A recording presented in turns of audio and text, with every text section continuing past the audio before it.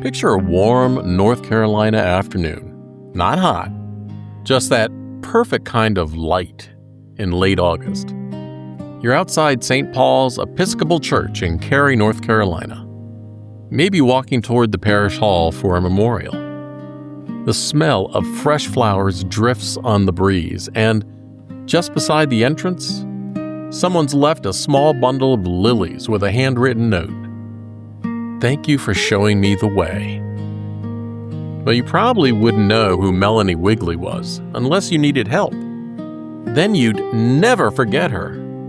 Because Melonie wasn't the kind of person you noticed in a crowd, but she was the kind of person who quietly kept things moving, gently, faithfully, for decades. Hi, I'm Steve Rode, and this is True Stories from the Obit Files, where each week I share one real story from one real obituary about someone whose life you never knew, but won't forget. If stories like this matter to you, be sure you're subscribed. I've got more just like it every Monday. Melonie Gay Wigley was 74 when she passed away at home in Raleigh on August 10th, 2025. But her story starts a world away, in Kingston upon Thames, just outside London, England. You can almost hear the accent now. A bright young voice with a Cockney lilt dropped right into 1950s South Carolina, when her dad was posted to Shaw Air Force Base.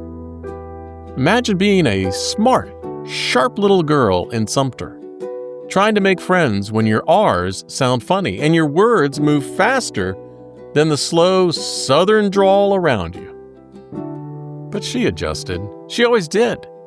Through postings in Tokyo, where she fell in love with the culture during the 1964 Olympics, to a tiny town in Montana, and then finally back to England, where she graduated from Bushy Hall, a U.S. military high school, in 1968.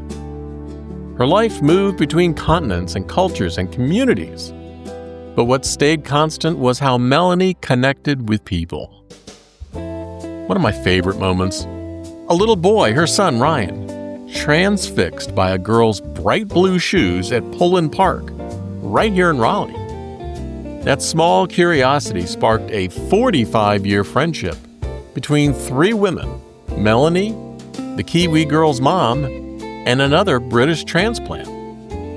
It started with strollers in the park and turned into dinners and trips, and a kind of chosen family that endured for decades. She was a nurse, but more than that, she was a guide. At Rex Hospital, Melonie worked nights and weekends so she could be there for her boys, Ryan and Lane. Later, she developed childbirth education programs and became a certified educator, preparing first-time parents for one of the biggest moments of their lives. She even met children years later who introduced themselves by saying, "Hey, you helped my parents get ready for me." She didn't just help new parents prepare. She gave them a kind of map, calm in the chaos, a way to step into the unknown with just a little more light.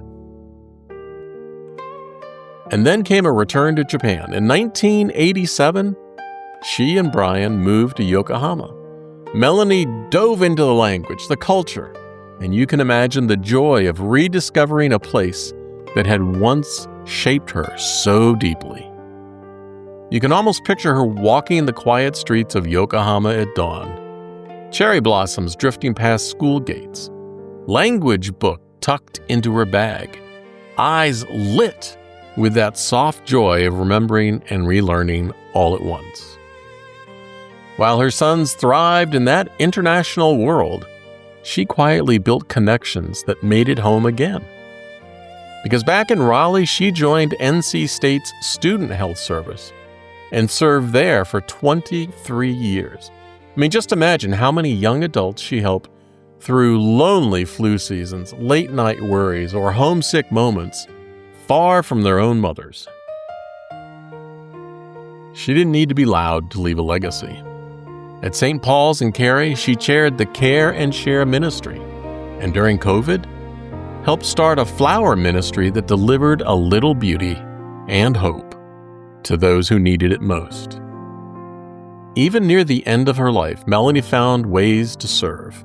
She brought people together quietly, and she never stopped being someone others could rely on.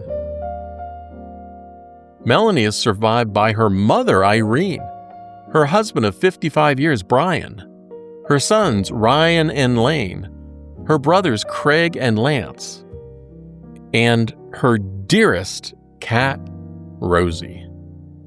I like to think Rosie still curls up in that favorite chair, waiting for that voice that always sounded like home. But Melonie's also survived in other ways.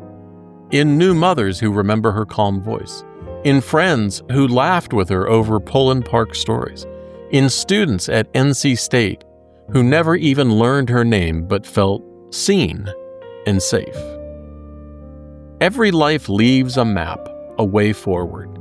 Melonie's was filled with gentle signposts, moments of presence, of kindness, of care.